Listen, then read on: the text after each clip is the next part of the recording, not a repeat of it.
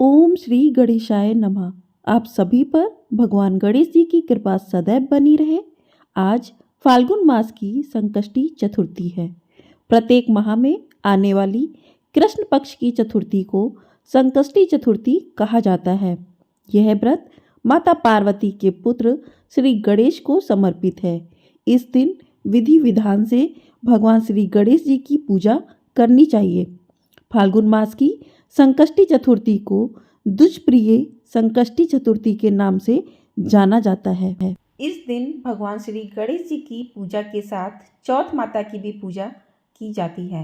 मान्यता है कि चौथ माता बच्चों की रक्षा करती हैं। बच्चों की सुख समृद्धि और उज्जवल भविष्य की कामना के लिए यह व्रत किया जाता है।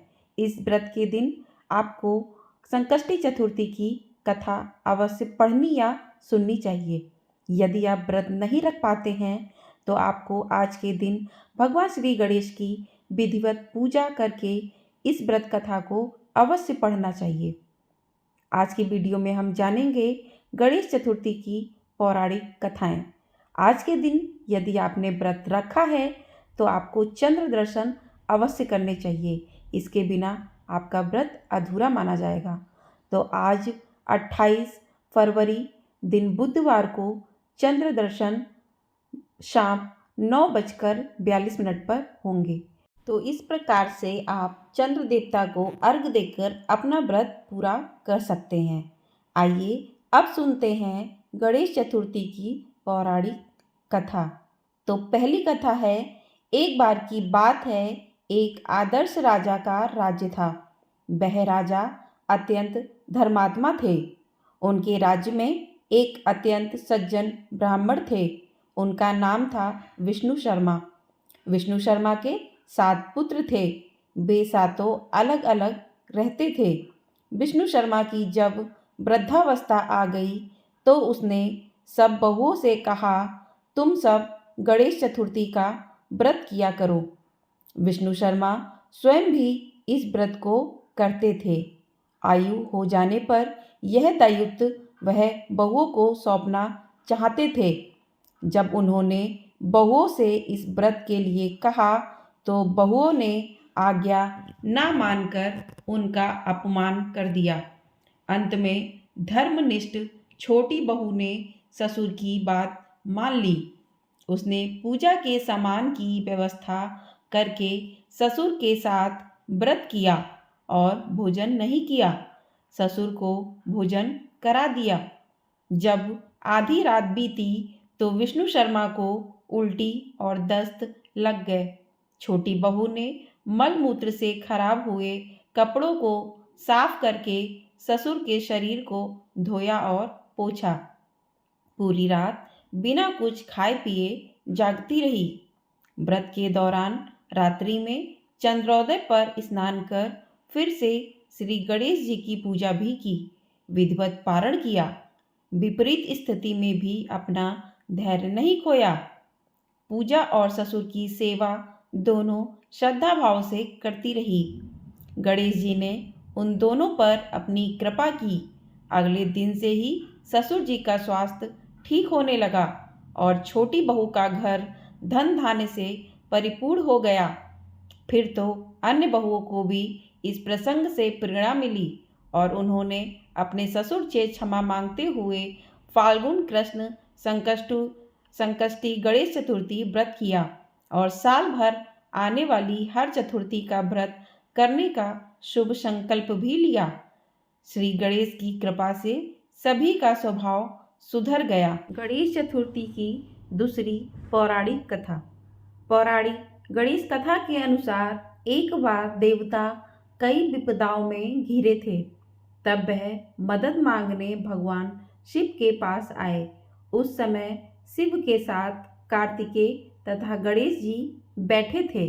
देवताओं की बात सुनकर शिव जी ने कार्तिकेय व गणेश जी से पूछा कि तुम में से कौन देवताओं के कष्टों का निवारण कर सकता है। तब कार्तिकेय व गणेश जी दोनों ने स्वयं को इस कार्य के लिए सक्षम बताया। इस पर भगवान शिव ने दोनों की परीक्षा लेते हुए कहा कि तुम दोनों में से जो सबसे पहले पृथ्वी की परिक्रमा करके आएगा वही देवताओं की मदद करने जाएगा। भगवान शिव के मुख से यह वचन सुनते ही कार्तिकेय अपनी वाहन मोर पर बैठकर पृथ्वी की परिक्रमा के लिए निकल गए, परंतु गणेश जी सोच में पड़ गए कि वह चूहे के ऊपर चढ़कर सारी पृथ्वी की परिक्रमा करेंगे तो इस कार्य में उन्हें बहुत समय लग जाएगा। तभी उन्हें एक उपाय सूझा। गणेश अपने स्थान से उठे और अपने माता पिता की 7 बार परिक्रमा करके वापस बैठ गए। परिक्रमा करके लौटने पर कार्तिकेय स्वयं को विजेता बताने लगे। तब शिव जी ने श्री गणेश से पृथ्वी की परिक्रमा ना करने का कारण पूछा। तब गणेश जी ने कहा, माता पिता के चरणों में ही समस्त लोक है। यह सुनकर भगवान शिव ने गणेश जी को देवताओं के संकट दूर करने की आज्ञा दी। इस प्रकार भगवान शिव ने गणेश जी को आशीर्वाद दिया कि चतुर्थी के दिन जो भी तुम्हारा व्रत या पूजन करेगा और रात्रि में चंद्रमा को अर्घ देगा, उसके तीनों ताप यानी दैहिक ताप, दैविक ताप तथा भौतिक ताप दूर होंगे। इस व्रत को करने से व्रतधारी के सभी तरह के दुख दूर होंगे और उसे जीवन के भौतिक सुखों की प्राप्ति होगी। चारों तरफ से मनुष्य की सुख समृद्धि बढ़ेगी, पुत्र पौत्रादि धन ऐश्वर्य की कमी नहीं रहेगी। बोलिए गणेश भगवान की जय। सुनते हैं गणेश चतुर्थी की तीसरी पौराणिक कथा। एक बुढ़िया थी, वह बहुत ही गरीब और दृष्टिहीन थी। उसके एक बेटा और बहू थे। वह बुढ़िया सदैव गणेश जी की पूजा किया करती थी। एक दिन गणेश जी प्रकट होकर उस बुढ़िया से बोले, बुढ़िया माँ, तू जो चाहे सो मांग ले। बुढ़िया माई बोली, मुझसे तो मांगना नहीं आता, कैसे और क्या मांगूं? तब गणेश जी बोले, अपने बहू बेटे से पूछकर मांग ले। तब बुढ़िया ने अपने बेटे से कहा, गणेश जी कहते हैं तू कुछ मांग ले, बता मैं क्या मांगूं? पुत्र ने कहा, माँ तू धन मांग ले। बहू से पूछा तो बहू ने कहा, नाती मांग ले। तब बुढ़िया ने सोचा कि ये तो अपने अपने मतलब की बात कह रहे हैं। अतः उस बुढ़िया ने पड़ोसिनों से पूछा तो उन्होंने कहा, बुढ़िया तू तो थोड़े दिन जिएगी, क्यों तू धन मांगे और क्यों नाती मांगे? तू तो अपनी आँखों की रोशनी मांग ले, जिससे तेरी जिंदगी आराम से कट जाए।